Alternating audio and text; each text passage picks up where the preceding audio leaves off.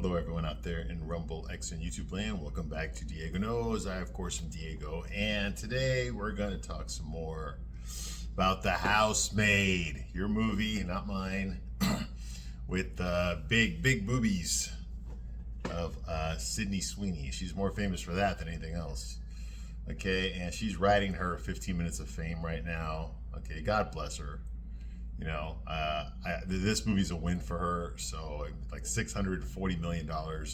So you know there's gonna be more of these Housemaid movies. Okay, so she's got a franchise now.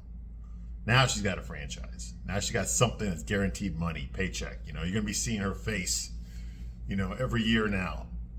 Okay, whenever she's promoting her next movie, and they're all gonna say the star of The Housemaid, because they all know that's a movie that you actually watch. You don't watch the other 8 pieces of crap movies that she made in the past 2 years. Yes, 8 movies in the past 2 years. You don't watch any of those, but this one you watched.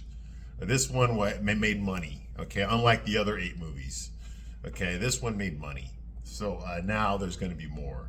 And I'm trying to think, who in the hell would give any actor 8 chances to have a hit? Okay, that's like almost unheard of. Like, who in Hollywood would ever allow that?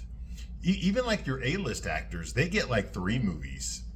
Okay, and if all of them are flops, boom, they're starring on a sitcom. Okay, or they're going to Broadway.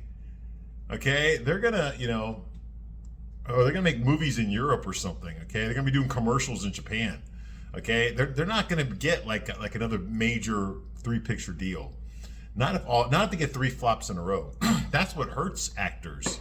Okay, whenever that happens for an actor, like let's say for example like Jim Carrey. Okay, Jim Carrey was riding big in the 90s and the 2000s, and then he had a string of flops. I believe that he did this one called The Majestic. Okay, which was his first he got tired of being funny. He wanted to do a drama because comedies don't win Academy Awards. Okay, so Jim Carrey, you know, he's high on himself and stuff, you know. He decided that he wanted to be a serious actor, right? I mean, that's what happened with Tom Hanks. Tom Hanks started off as a comedic actor. He was a sitcom actor. Okay, he was in funny movies like Bachelor Party, you know, and Turner and Hooch, you know. He was on a show called Some Buddies about 2 guys pretending to be women so they could live in an all women's dormitory. Okay, so I mean, he was a comedian, Splash. Okay, he was a comedic actor, and he transitioned to drama, and then he started being taken more seriously. He started getting like those choice roles, you know. But he started off from a comedic background. Okay, that's what Jim Carrey was trying to do. Okay, he started off he did some stupid, you know, comedy movies like, you know, Earth Girls Are Easy, you know, and Once Bitten and stuff like that. And then he was on In Living Color. That's what really put him on the map, was In Living Color, which was an all-black show. It was like a Saturday Night Live, but it was all black. Okay? He was the only white guy on the show. I know, because I watched it, all right?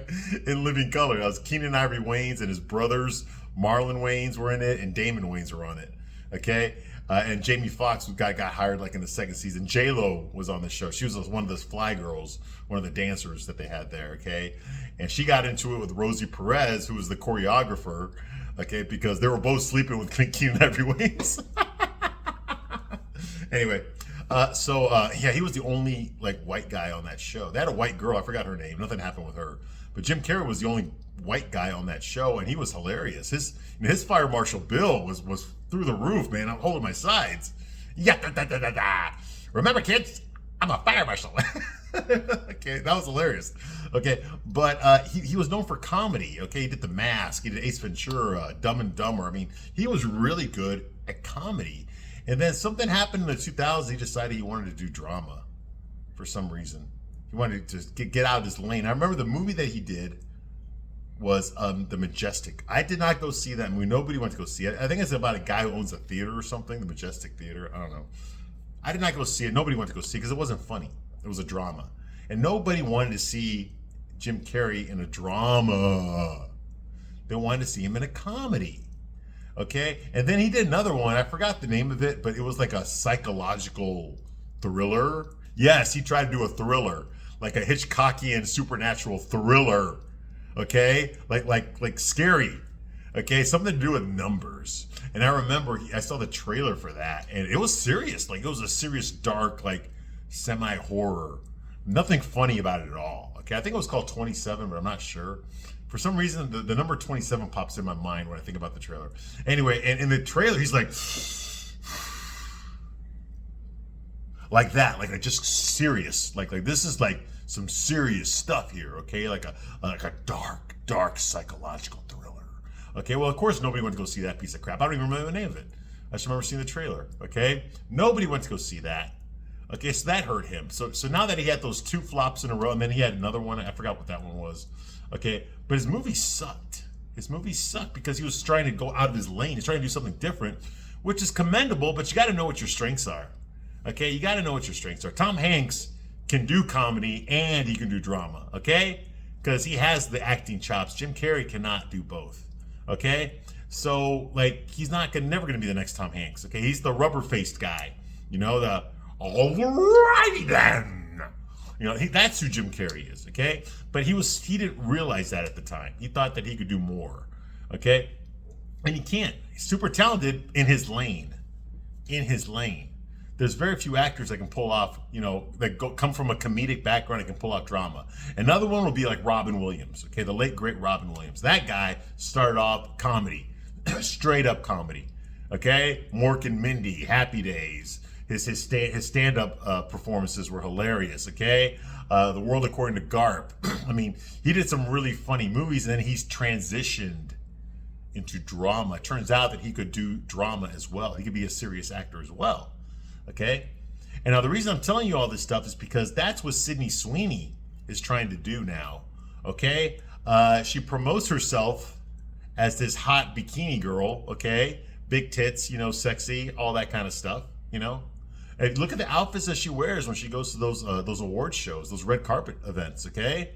I mean, she's clearly showing off her cleavage. And she's doing that on purpose, okay? Because the paparazzi loves it. They want to take pictures of her tits because they know they're going to sell magazines that way. They're gonna get clicks on social media by posting those pictures, okay? Women are going to get jealous of her, okay? By looking at those pictures. Men are going to get hard looking at those pictures, okay? It's gonna drive up interest, okay? It's going to keep her in the zeitgeist, okay? It's going to keep her popular. Even though her movies all suck, it's going to keep people thinking about her. They're not going to forget about her because everywhere you look, there's Sydney Sweeney with her tits, okay?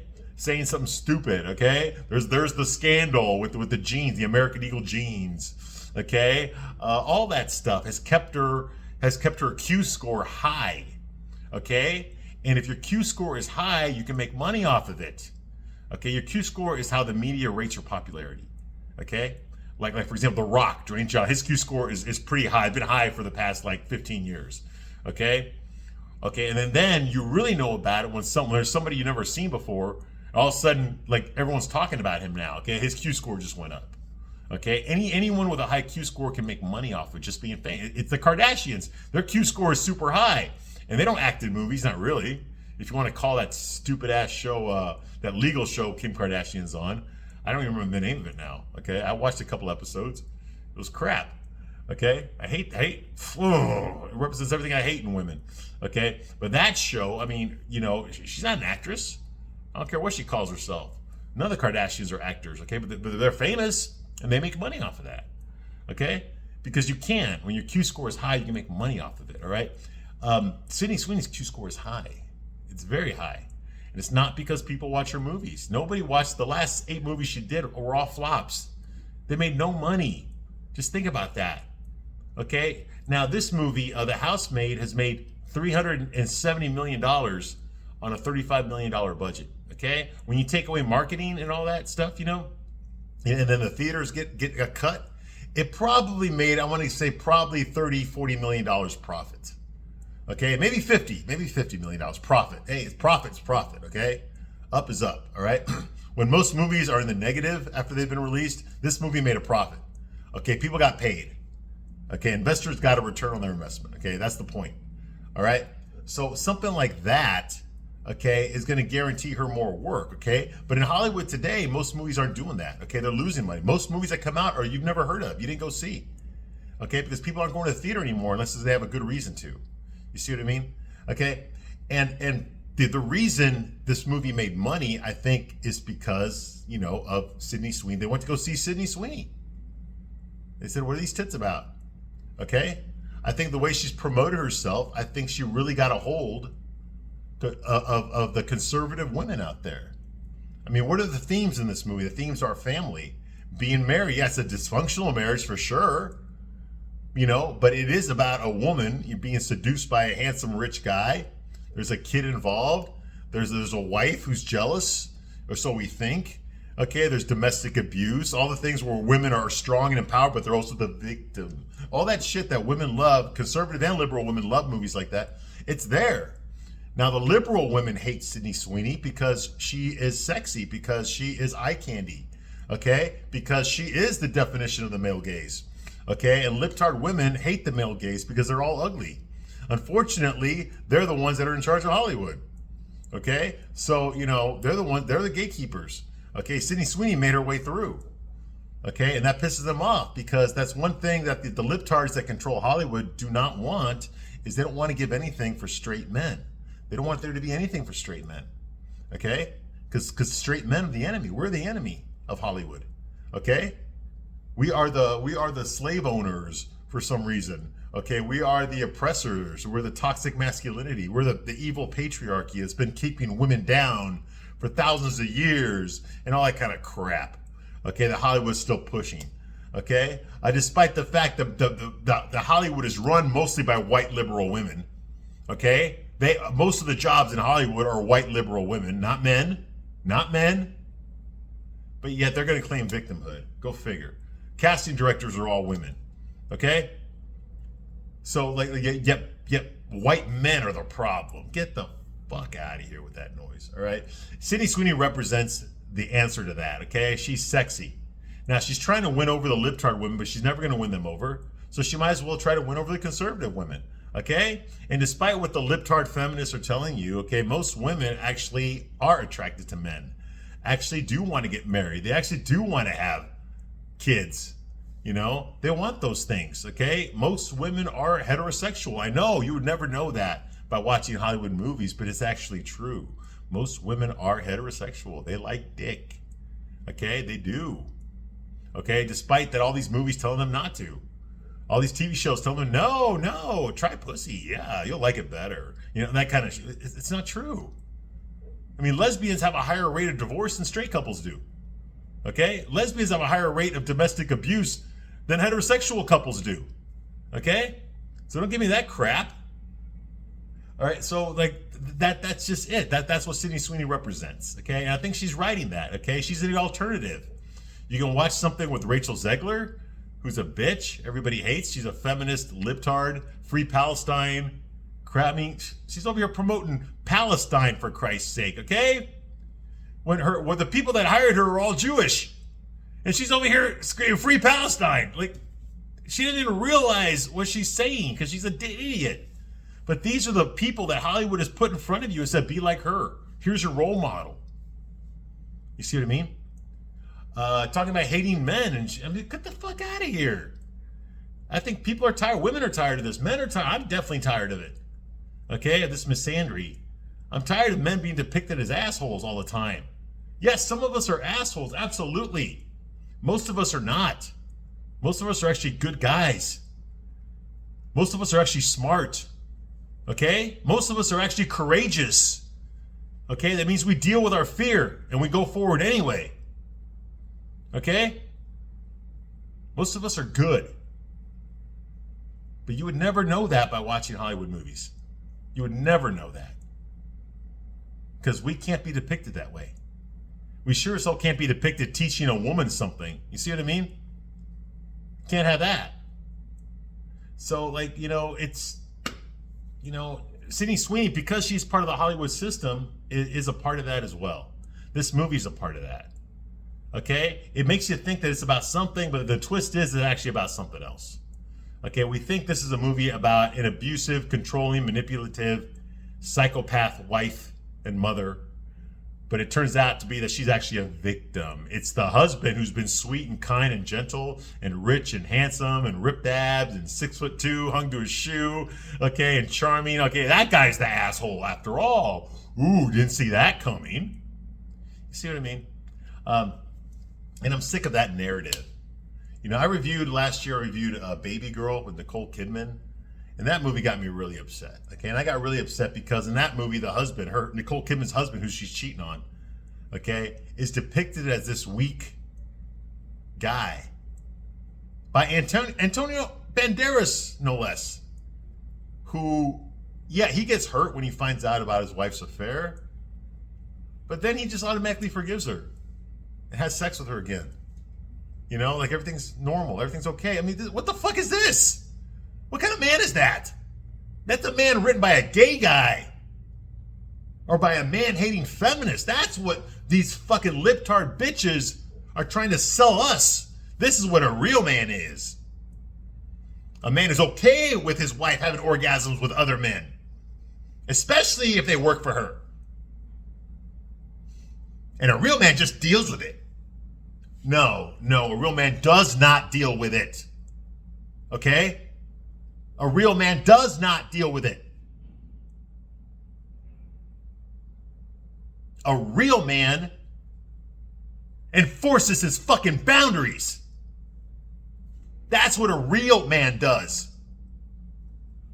And a real man also accepts accountability for his own actions. That's what a real man does. But none of these fucking women in these movies ever do that.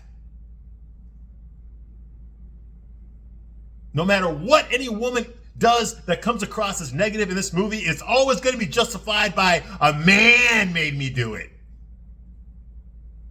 You see what I mean? Zero accountability. Okay? And you know, I know exactly why that is.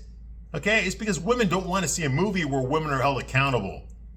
Women don't want to see a movie where women, get punished for the same crimes that men get punished for. You see what I mean? Women don't want to see that, but yet the equality, my ass. There's no equality here. It's all privilege. Female fucking privilege. There's no fucking male privilege.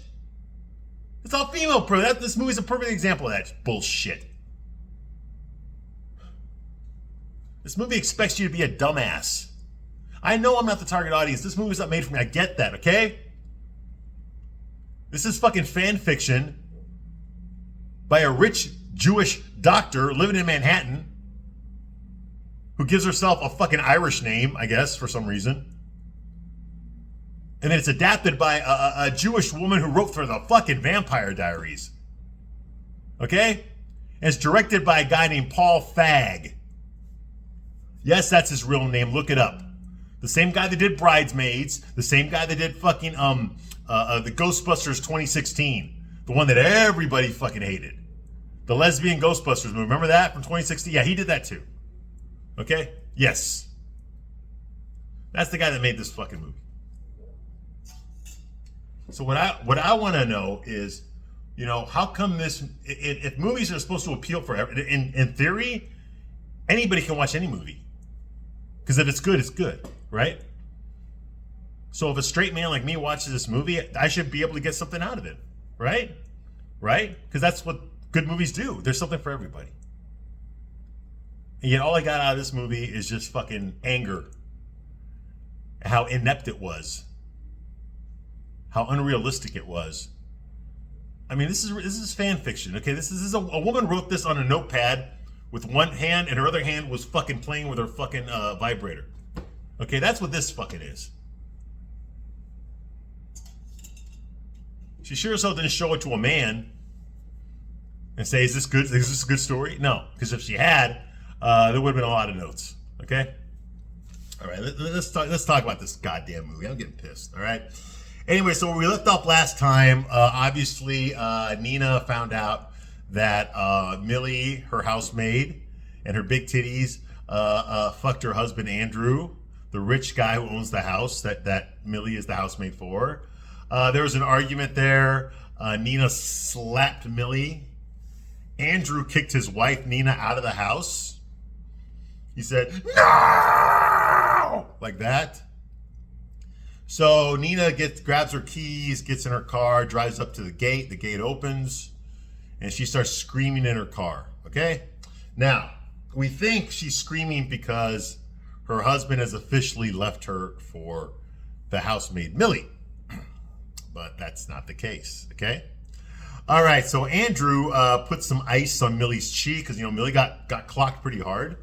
Okay, I mean, Millie kind of had that coming as well. I mean, for what all that, this movie's told from Millie's point of view. So from Millie's point of view, yeah, Nina was a bitch, but yeah, I did fuck your husband while you were out of town. So, I'm not exactly innocent either. I did lie, Millie has been mistreating me, and all that, but I did lie on my resume about my job and, about where I've been for the past 10 years. And I did, you know what I mean? So it's not like, who do I feel sorry? There's nobody in this movie to feel sorry for. There's nobody in this movie that I like. You see what I mean? There's nobody in this movie that I like. And that's a big problem, okay? If you want to anchor an audience to a movie, you got to like at least one character. And there's nobody in this movie that I like. So hence, I don't care what happens to any of them. Okay? I don't even care about Andrew, who at this time in the movie is portrayed as a nice guy. Okay? As a good man.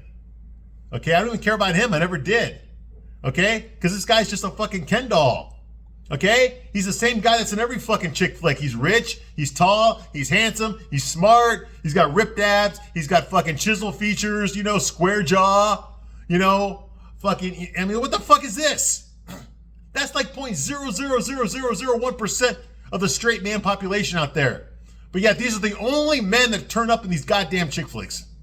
Like, what the fuck is up with this? It's your typical fucking, the men are better looking than the women. I mean, that's every fucking chick show. Growing up, Dawson's Crack, One Prick Hill, Everwoody, Gilmore Sluts. It's all the same fucking shit. The men are all better looking than the women. Like, what the fuck? How's that supposed to be relatable? Anyway, and this movie's just another example of that. Now, so he's wiping, put ice on her cheek, whatever, he tells Millie he's going to divorce Nina now, okay, and put her back in the nut house. Yes, Nina was in the nut house, okay, and he also wants to keep her as his housemaid because she's like, look, I'll look for another job tomorrow. Blah, blah, blah. And he's like, no, don't talk that way. You still work here. I'm still your employer. Oh, that's fuck. You see what I mean? So yeah. So that's going on here. So Millie has absolutely no problem, okay, with staying there as the housemaid and fucking the husband, okay. Now Millie does tell him, but you don't understand. Even though I didn't fucking tell you what I went to prison for, my parole comes with conditions. And okay, what this movie wants you to believe is that if she loses a job as a housemaid, that she's going to go back to prison. Okay? Because that's what the parole officer said. The dumbass parole officer said that, okay? When we both know that's not fucking realistic at all. Okay? Andrew says, listen to me, Millie. I haven't felt this way about anyone in a long time. I never thought anyone could look as beautiful as you do in the morning. Oh, wait a minute. I said that yesterday. What I mean is, I haven't felt this way about anyone in a long time. Possibly ever. I just want to help you in any way that I can. I want you to stay with me. Me. You see what I mean? That's what he says. Okay, and of course, Millie gets all fucking wet. Niagara Falls down there. She's all horny. She's wet for him now. Okay, and that turns Millie on. So we get the chip pop music coming on now. Okay, yeah, another montage where some fucking, fucking discernible fucking chick pop song. You girls listen to that crap. I don't. All right, we get a montage of them fucking. They're fucking in Andrew and Nina's bed. Yes, they're fucking in Nina's bed. They check themselves out in the mirror because they're both good looking, right? So of course there's a montage of them, scoping each other out in the mirror, just falling in love with themselves. and each other at the same time. It's like a foursome, you know. That's going on here. Okay. We see how good they look together, you know. Okay. He is, you know, Andrew mentions that he is very, very proud of his teeth because they're white and they're straight and all that, you know. He's got a killer smile, you know, and he knows it better than anybody else. Okay. He says, you know, Millie, my mother says that if beauty was power, then a smile is its sword. Like that, okay? What the fuck, dude? So guy's proud of his smile. Okay? We get lots of butt shots of him, not her. We don't get to see Sydney Sweeney. Now, I will say this. Sydney Sweeney don't have much of an ass. She doesn't, okay? You know, she could go for a BBL, all right? She could. I don't care. The rest of her makes up for that, okay? We get no shots of Sydney Sweeney's ass, no shots of her tits at all, which is fucked up because there should be at least something here for the men to watch, and there's not. Okay, we get to see her tits, but they're always covered. Okay, whereas we get to see fucking everything on Andrew here. His ass is fucking taking up the whole fucking screen here. Okay, that's okay, but we can't get any of fucking Sydney Sweeney's, you know, exceptional titties. Okay, yeah, that's kind of fucked up. All right, but then again, Paul Fagg directed this, right? Okay, so he was filming this from his point of view, what he wants you to see. Get it? Okay, so that's going on here. Okay, lots of butt shots of him, but no tit shots of her. Okay, they fuck and they cuddle all over the house. So of course they Christian every room. You know, the typical stuff you do. Okay, when your boyfriend's when your boyfriend's wife got kicked out of the house. You know, this is the stuff you do in their house. Okay, now in the morning, Millie makes breakfast. Okay, for both of them. Okay, and she puts the food, okay, on these expensive plates, okay, these priceless China plates. Now, earlier in the movie, Andrew's mom, okay, this bitch, showed up there and she had a box of expensive China, okay? I guess these are family heirlooms or something. They're priceless. And she brings them for some dumbass reason. And she tells Millie, the housemaid, to put them somewhere where they'll be safe, okay? Because the last thing she wants is clumsy Nina to drop these dishes and break them, okay? And Nina's like, oh my God, you're so right. I am so clumsy. I would totally break those dishes if you gave them to me. You know, that kind of thing, all right? So yeah, that's what Millie does. She locks them up in a cabinet, in a cupboard, whatever, where nobody will ever use them. Well, for some dumbass reason, I guess she couldn't find any other fucking dishes in the place. So she decided to grab the priceless ones from the cupboard that she purposely put away so that she could make fucking breakfast tacos for her and fucking Andrew. Okay? She grabbed the expensive, priceless family heirloom China plates, okay, in order to put the food on. Okay? Yeah, I know. Like I said, this movie wants you to be stupid. Okay? Puts the food on the expensive family heirloom plates that Andrew's mom told her to stash in a safe place so that they can never be broken. Okay, and of course, what does she do? She drops them on the floor. Okay, she looks out the window and she sees Enzo. Enzo is the groundsman. Okay, the guy who's fucking doesn't talk at all. His hands are always covered in fucking fertilizer and shit. He's just standing there, looking at her like that, and she's like, ah! And she drops the fucking platter with the plates on it, and it smashes. She smashes the plates on the floor. Okay? Okay, so that's going on here. Andrew runs downstairs because he hears the dishes break. Okay? Of course, he's always wearing what he always wears, the surgically attached wife beater that he never takes off. You know, to show off his shoulders and shit, right? Okay, you know, the veins going down his arms and stuff like that. He's got to show those. Yeah, I got him too. I got him too, motherfucker. You ain't special. Okay, so yeah, he's got to show off the veins on his arms and all that, you know. Anyway, so the vascularity. Okay, all right, so that's going on, you know. Anyway, Andrew runs downstairs, okay, in his surgical wife beater. And he notices the broken dishes, okay? That's the first thing he notices, okay? And then he goes outside, okay? And he went, what the hell happened here? He's upset. And Millie's, oh, I was carrying the platter, and all of a sudden I looked up and he spooked me. That friggin' wetback beaner out there spooked me and I dropped the dishes. He's like, he looks out there and he sees Enzo out there just like, walking away. And so, of course, Andrew goes out there to talk to Enzo, right? Okay. He goes out there, he goes outside and he tells Enzo to get his shit and get the fuck out of here. Okay, you're fired. You hear me? You're fucking fired. Okay, that's what he does. So he fires Enzo right there. Millie's like, oh, I'm sorry I broke your mom's good china. Her priceless expensive china that she told me never to use. I'm sorry. Andrew's like, hey. It's okay. And by the way, fuck that guy, right? I never understood why Nina wanted him around so much. I do. I mean, I could never stand him. I'm glad I fired him. And it's okay about the dishes. Don't worry about it. Okay?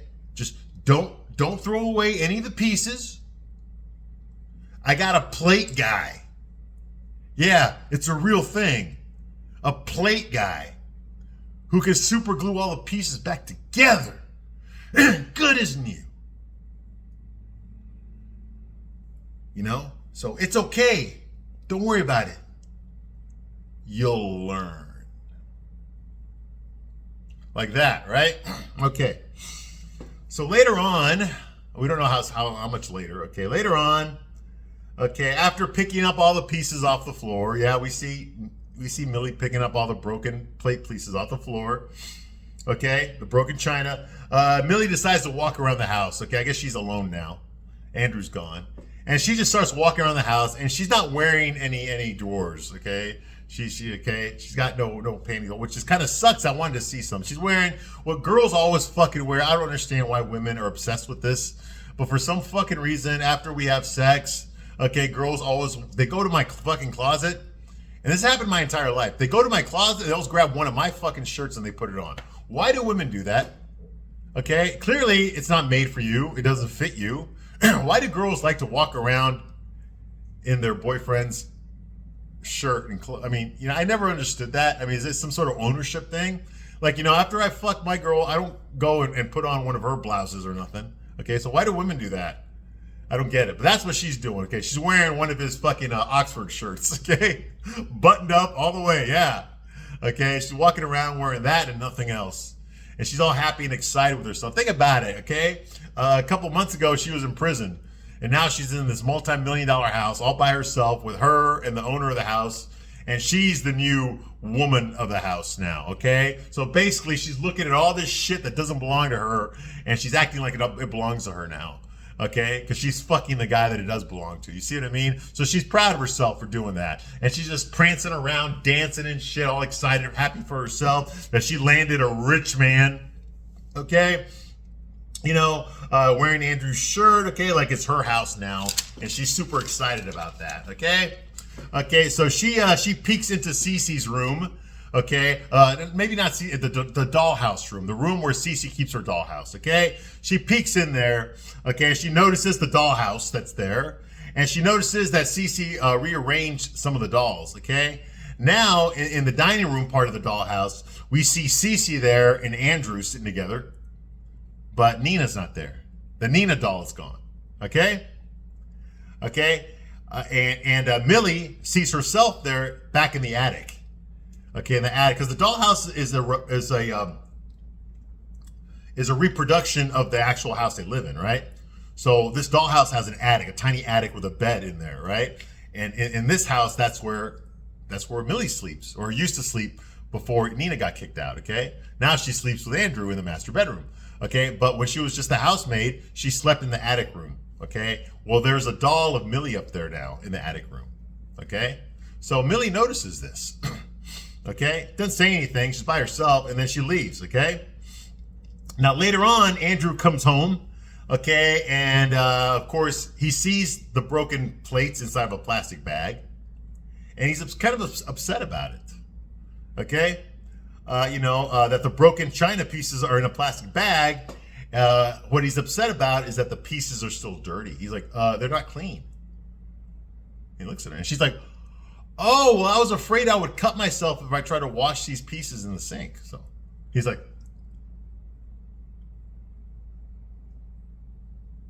okay, like clearly he's not happy with this, with her answer. Okay, so Millie is all lovey-dovey and shit. And again, in fact, I'm gonna point this out right now. She's wearing this top that is sexy as hell. Okay, like my girl's got big tits too. Okay, and that top would look really good on her. It would look really good on her. Okay, it's a nice top. Okay. I think she's wearing jeans or something, but she's wearing this top. It actually looks like lingerie. It looks like underwear. Okay, it looks like a bra, like a fancy bra or something, or garter, or something like, I don't know what the fuck you women call it. Okay, but it looks really good. Okay, because those tits look like two water balloons just struggling to pop out. Okay, they look really, really good. Okay, so hey, I noticed it, right? So she's all lovey-dovey. She's happy that Andrew's home. Okay, completely disregarded that he's upset that she didn't wash the broken pieces in the sink. She just put them in a plastic bag. All right, so and she's showing off her tits and stuff, her bra top. Okay, now Andrew has brought some champagne. He brought some champagne. Okay, and Millie's hungry, but he's like, hey, why don't we put a pin on dinner for just a minute? All right.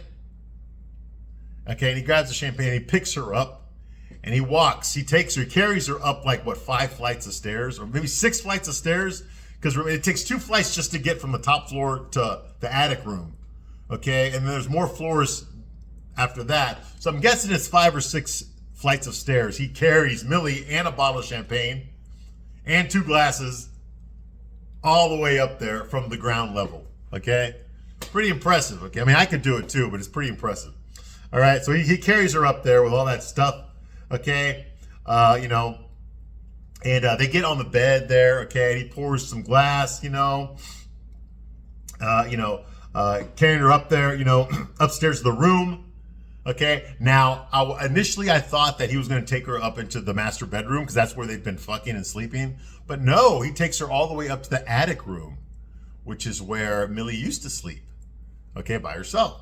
He takes her all the way up to the attic room. She's all excited because she's about to get laid.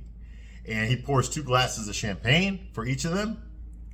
And then, they start cuddling and stuff, and her tits are just, oh, God. The tits steal every scene. They steal every scene here, okay?